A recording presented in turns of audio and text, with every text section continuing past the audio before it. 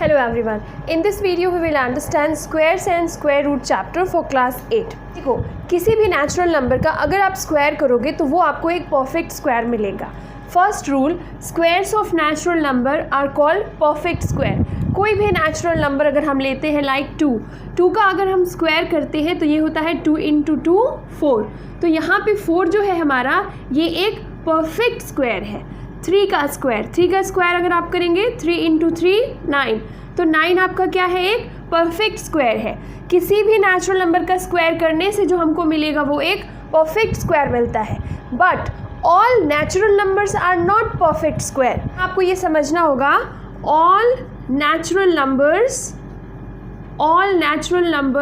Are not perfect square. यहाँ पे 4 और 9 ये परफेक्ट स्क्वायर है, लेकिन सारे नेचुरल नंबर हमारा परफेक्ट स्क्वायर्स नहीं होते हैं. अ perfect square can always be expressed as the product of equal prime factors. सभी नेचुरल नंबर्स परफेक्ट स्क्वायर नहीं होते हैं. जैसे हमारे पास नेचुरल नंबर है 15, 18, 19, तो ये सारे नंबर्स जो हैं ये परफेक्ट स्क्वायर नहीं है. कुछ ही हमारे नेचुरल नंबर्स हैं जो परफेक्ट स्क्वायर होते हैं. अब हम कैसे आइडेंटिफाई करेंगे कि कौन से नेचुरल नंबर जो है वो परफेक्ट स्क्वायर है. अब हम समझेंगे कि कैसे चेक करेंगे कि जो नेचुरल नंबर है वो एक परफेक्ट स्क्वायर है या नहीं है. कोई भी नंबर हम ले लेते हैं, मान लो 16, 15, 324, ये नंबर्स हम ले लेते हैं और हमें चेक करना है कि ये परफेक्ट स्क्वायर है या नहीं है. देखो, कोई भी नंबर परफेक्ट स्क्वायर तभी होगा जब आप उसको प्राइम फैक्टराइज करेंगे और ये product of pairs of equal prime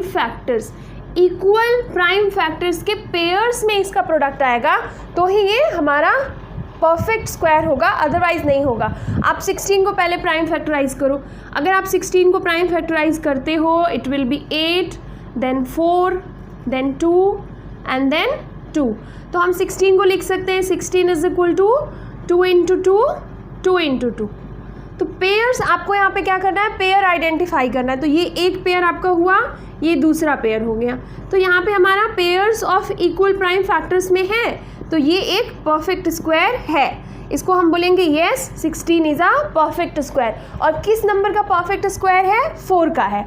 इसी तरीके से हम 15 को चेक करते हैं. 15 को जब हम प्राइम फैक्टराइज करेंगे तो देखो 3 से ये कैंसिल होगा 5 टाइम्स में, then it will be 1.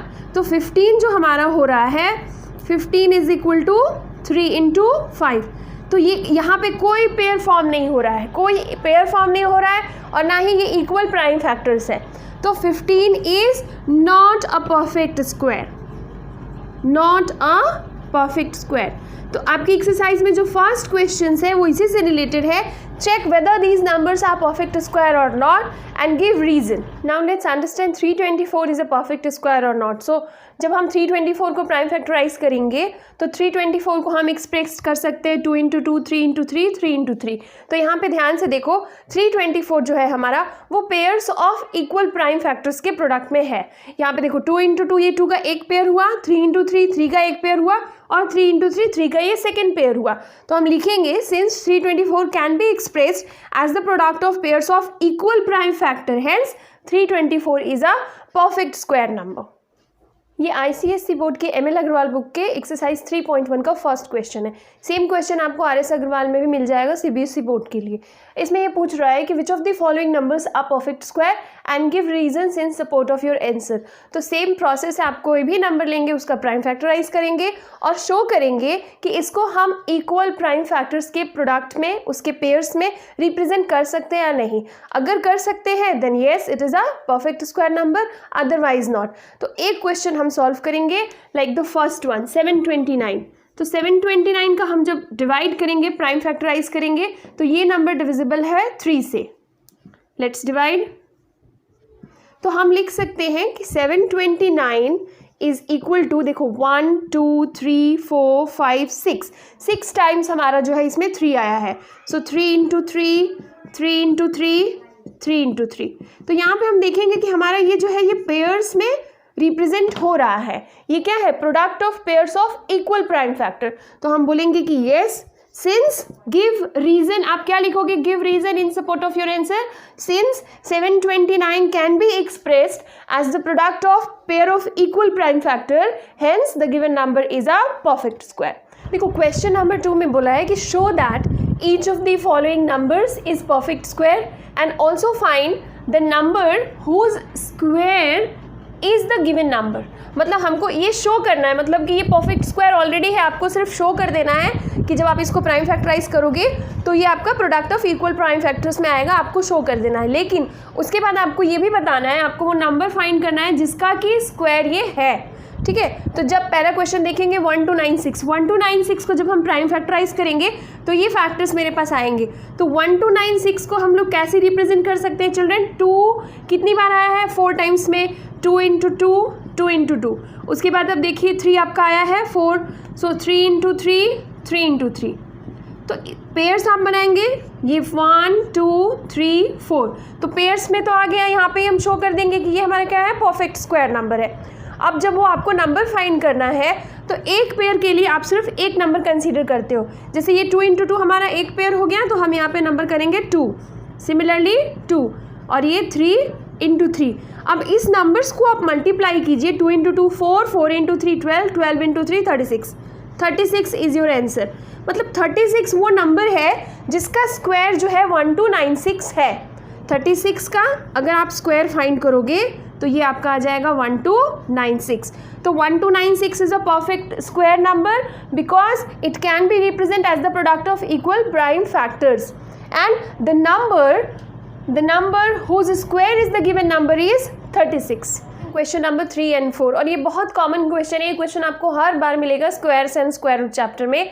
Find the smallest natural number by which the given number should be multiplied to make it a perfect square. हमको वो स्मॉलेस्ट नेचुरल नंबर फाइंड करना है जिससे मल्टीप्लाई करने के बाद जो हमारा क्वेश्चन दिया गया है वो एक परफेक्ट स्क्वायर हो जाएगा. और सेकंड क्वेश्चन में पूछा जाता है सेम वही चीज़ है, लेकिन यहाँ से आपको पूछा जाएगा कि डिवाइड करेंगे तो वो एक परफेक्ट स्क्वायर होगा. पहले आप क्वेश्चन को समझेंगे. आपका क्वेश्चन में जो नंबर दिया है that is not a perfect square. वो परफेक्ट स्क्वायर बनाना है. एक कंडीशन में आपसे पूछा जाएगा कि आप क्या स्मॉलेस्ट नंबर मल्टीप्लाई करोगे तो वो परफेक्ट स्क्वायर बनेगा, और सेकंड में पूछा जाएगा आप क्या डिवाइड करोगे तो वो परफेक्ट स्क्वायर बनेगा. दोनों ही क्वेश्चन करने का पैटर्न सेम है. हम दोनों ही क्वेश्चन में पहले नंबर को प्राइम फैक्टराइज करेंगे. तो पहले देखो क्वेश्चन नंबर 3 समझते हैं. इसमें जो हमारा नंबर है 1008 है, तो 1008 को प्राइम फैक्टराइज करते हैं. जब 1008 को हम प्राइम फैक्टराइज करेंगे तो हमको सिर्फ चेक करना है कि ये नंबर किसके पेयर्स में आ रहा है. इसमें जो प्राइम फैक्टर्स के पेयर हैं वो क्या पेयर्स बन रहे हैं. तो प्राइम फैक्टराइज करते हैं पहले इसको. ये 504, ये हो गया हमारा प्राइम फैक्टराइजेशन 1008 का. तो अब हम 1008 को कैसे लिख सकते हैं. This is solution number 3. देखो 1008 को हम लिख सकते हैं 2 into 2, again 2 into 2, 3 into 3 and then 7. अब यहाँ पे हम पेयर्स फाइंड करेंगे कि हमारा पेयर क्या क्या है. यहाँ पे पेयर है, ये भी पेयर में है, ये भी है, लेकिन 7 जो है आपका ये पेयर में नहीं है.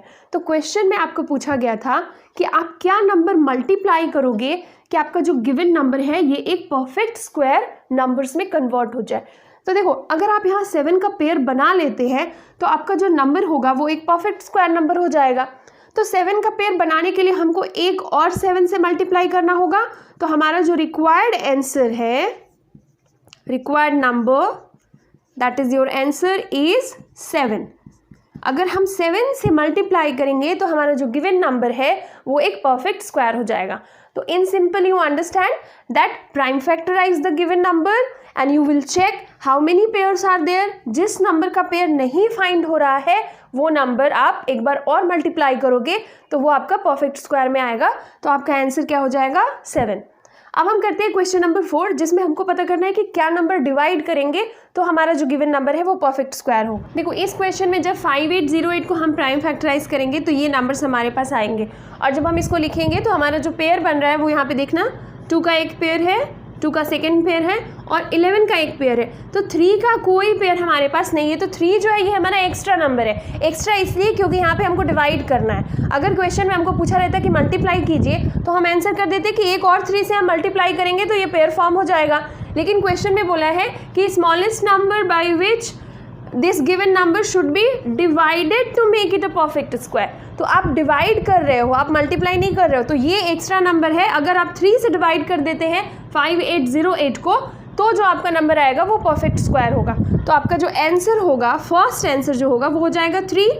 पहले इसमें पूछा है कि आप वो स्मॉलेस्ट नंबर बताइए जिससे हम इसको डिवाइड करेंगे तो ये एक परफेक्ट स्क्वायर होगा, तो वो आंसर हमारा क्या हो जाएगा, 3 हो जाएगा। ठीक है, सेकेंड क्वेश्चन में पूछ रहा है कि also find the number whose square is the resulting number. तो अब देखो, इसको अगर आप 3 से डिवाइड करते हो 5808 को, तो 5808 को आप 3 से डिवाइड पहले कर दो, देखो कितना आ रहा है, ये 1936 आपका नंबर आएगा जब आप इसको 3 से डिवाइड करेंगे। तो आप देखिए, जब ये 3 से आप डिवाइड कर रहे हैं तो ये नंबर्स तो आपके ऑलरेडी हैं, तो ये पेयर्स में तो वही आएंगे, 2 इंटू 2 एंड 11 इंटू 11, सेम चीज़ आएगा। तो हम यहाँ पे देख लेंगे, एक पेयर के लिए एक ही नंबर आप लीजिएगा, इसको मल्टीप्लाई कीजिएगा 44, तो जो गिवन आंसर आपका हो जाएगा 44। 3 से डिवाइड करने के बाद जो नंबर आएगा that is 1936, and 1936 is a perfect square of which number, 44. So 44 is our answer. Square root division method से कैसे फाइंड आउट करते हैं वो सीखेंगे।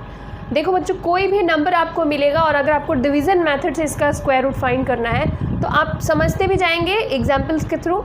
जैसे 729 को हमको करना है, तो हमको सबसे पहला काम ये करना होता है कि राइट से लेफ़्ट आते हुए जो भी आपका डिजिट है, 3 डिजिट है या 5 डिजिट है, जो भी है, पेयर्स आपको बनाने हैं नंबर्स के, लेकिन राइट टू लेफ्ट आइएगा, लेफ्ट टू राइट आपको नहीं जाना है। अब हम देखो 9 से स्टार्ट करते हुए 7 की तरफ आएंगे और पेयर्स फॉर्म करेंगे, तो सिर्फ एक ही पेयर फॉर्म हो रहा है 29। ठीक है, तो जो पेयर फॉर्म होगा उसको आप छोड़ दीजिए और जो नंबर आपका बच गया वहाँ से आप स्टार्ट करेंगे। तो यहाँ पे सिर्फ एक ही डिजिट का नंबर बचा है 7, तो हम लोग यहीं से स्टार्ट करेंगे। अब प्रोसेस है कि आप सोचेंगे कि किस नंबर का स्क्वायर 7 के क्लोज है, लेकिन 7 से आपको बड़ा नहीं लेना है, छोटा आप ले सकते हो, nearest to 7 but not greater than 7। तो आप सोचें, देखो 2 का स्क्वायर जो होता है ये क्या होता है, 4, 3 का स्क्वायर 9, तो हमारा डिजिट क्या है, 7 है, तो 9 तो हम नहीं लेंगे। 3 का स्क्वायर क्या होता है, 9, तो 3 हम नहीं लेंगे, हम क्या ले सकते हैं, 2, क्योंकि 2 का स्क्वायर कितना होता है, 4, और 4 जो है वो 7 से छोटा नंबर है। तो आप यहाँ पे लेंगे 2, जो नंबर यहाँ लेंगे वही नंबर आप यहाँ ऊपर लिखिए, दोनों नंबर को मल्टीप्लाई कीजिए, जो आया 4 वो 7 के नीचे लिखेंगे, इसको माइनस करेंगे, ये हमारा आ जाएगा 3। अब ये जो नंबर आप रख रहे हो यहाँ ऊपर में, उस नंबर को आपको यहाँ पे ऐड करना है, ऐड करके इसको थोड़ा सा शिफ्ट करके आप लिखेंगे, ये 2 और 2 क्या हो जाएगा, 4, तो 4 को हम थोड़ा सा शिफ्ट करके लिखेंगे क्योंकि यहाँ पे हमको फिर सोचना है कुछ, तो यहाँ पे हम स्पेस रखेंगे। ठीक है, क्लियर, यहाँ तक कोई प्रॉब्लम नहीं है। फिर ये जो पेयर है आपका, ये पूरा पेयर का नंबर नीचे आ जाएगा 3 के साथ 29। अब हमारा नंबर हो गया 329। अब हमको सोचना है कि 4 जो है इसके बगल में यानी कि यूनिट प्लेस पे हम कौन सा डिजिट लेंगे। जो रूल है, आप जो डिजिट यहाँ अज्यूम करेंगे सेम डिजिट यहाँ भी अज्यूम करेंगे, तो आपको सोचना होगा कि आप कौन सा डिजिट लेंगे जिसको मल्टीप्लाई करने से जो नंबर है 329 आए। सोचने का तरीका ये है कि आप हमेशा यूनिट प्लेस को सीधा देखिए, यूनिट प्लेस में क्या है, 9, तो किन नंबर्स के मल्टीप्लिकेशन में यूनिट प्लेस 9 आता है। अगर हम 3 इंटू 3 मल्टीप्लाई करें तो 9 आएगा, 7 इंटू 7 मल्टीप्लाई करें तो 49 आएगा। तो या तो हम 3 ले सकते हैं या 7 ले सकते हैं, और कोई नंबर आप नहीं सोचेंगे। यूनिट प्लेस 9 से आपको एक हिंट मिलता है कि आप कौन सा नंबर चूज़ करोगे। तो चलो एक बार हम लोग 3 लेके देखते हैं। अगर हम यहाँ पे 3 लेते तो यहाँ भी 3 लेते, और इस 3 से ये पूरे 43 में हमको मल्टीप्लाई करना रहता, तो 43 में जब 3 से मल्टीप्लाई करोगे तो नंबर 129 आएगा, जो कि इस नंबर से बहुत ही छोटा है, तो हम 3 नहीं लेंगे। ठीक है, फिर हम लेते हैं 7, क्योंकि यूनिट प्लेस 9 के लिए दूसरा ऑप्शन हमारे पास है 7, तो यहाँ भी 7 और यहाँ भी 7। अब आप 47 में 7 मल्टीप्लाई करके देखिए, ये देखिए 329 आ गया, ये हमारा सॉल्व हो गया। तो square root of 729 answer is 27, ये जो है हमारा ये आंसर हो गया। क्वेश्चन सॉल्व करते हैं। देखो नेक्स्ट क्वेश्चन हमारा है 7056। तो 7056 में भी हम वही काम करेंगे, हम किधर जाएंगे, राइट टू लेफ्ट, और पेयर ऑफ नंबर्स फाइंड करेंगे। तो ये 56 एक पेयर हो गया, 70 आपका दूसरा पेयर हो गया। तो 56 अभी हम नहीं कुछ सोचेंगे, हमको क्या सोचना है 70। हम यहाँ से स्टार्ट करेंगे सेम प्रोसेस। आप सोचो किस नंबर का स्क्वायर जो है वो 70 के नियरेस्ट है, लेकिन 70 से बड़ा नहीं होना चाहिए, नॉट मोर देन 70। तो सोचते हैं, चलो देखो 5 का स्क्वायर 25, 6 का स्क्वायर 36, 7 का स्क्वायर 49, 8 का 64 और 9 का 81। तो यहाँ से आपको पता चल गया आपको कौन सा नंबर लेना है। 81 आप ले नहीं सकते हो, तो हमारा नियरेस्ट क्या है 64। तो हमारा जो नंबर हो गया वो 8। तो यहाँ भी 8, यहाँ भी 8 मल्टीप्लाई किए, दैट इज 64। 64 को यहाँ पे सब्ट्रैक्ट करेंगे, ये हमारा आ जाएगा 6। और इस 8 को आप यहाँ पे प्लस करेंगे और थोड़ा सा शिफ्ट करके लिखोगे 16। अब ये पेयर ऑफ नंबर यहाँ लिख दो 56। फिर वही काम है, यहाँ पे हमको फिर एक नंबर सोचना है यूनिट प्लेस के लिए। सेम नंबर हम यहाँ रखेंगे और इससे मल्टीप्लाई करेंगे, पूरे 3 डिजिट से मल्टीप्लाई करेंगे। तो यहाँ पे देखो यूनिट प्लेस 6 है। अब यूनिट प्लेस 6 के लिए हम कैसे सोचते हैं, देखो यूनिट प्लेस 6 जब होगा आपका, 6 के लिए आप सोचो, देखो 4 × 4 16 और 6 × 6 6 × 6 36।